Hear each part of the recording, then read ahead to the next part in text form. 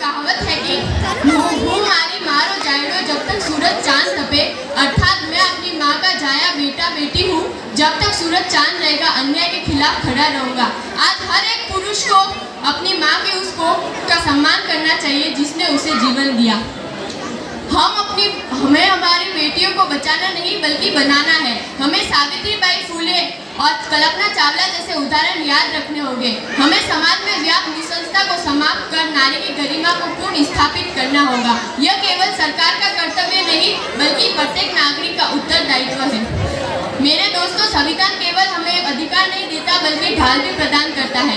आज के समय में हमें दो प्रमुख कानूनों का जानना बहुत जरूरी है। पॉस्को अधिनियम 2012, इसका पूरा नाम protection of children from sexual offences है।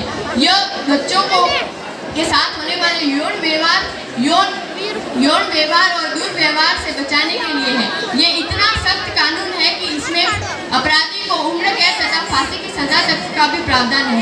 यह कानून हमें सिखाता है कि किसी भी बच्चे के साथ कोई दुर्व्यवहार नहीं होना चाहिए और हमारे बच्चों की सुरक्षा सर्वोपरि है। घरेलू हिंसा अधिनियम 2005, अत्याचार अक्सर केवल घर की चार दीवारियों से ही शुरू होता है।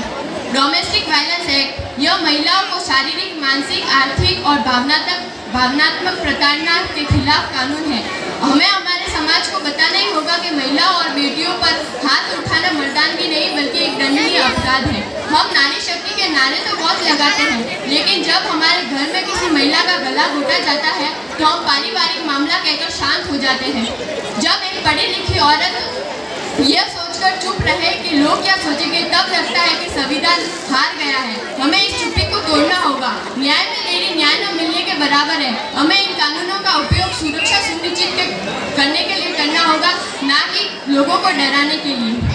आइए दोस्तों, हम इस गणतंत्र दिवस पर संकल्प लें कि हम हमारे समाज की महिला और बेटियों का सम्मान करेंगे और उनके लिए एक सुरक्षित परिवेश तैयार करेंगे।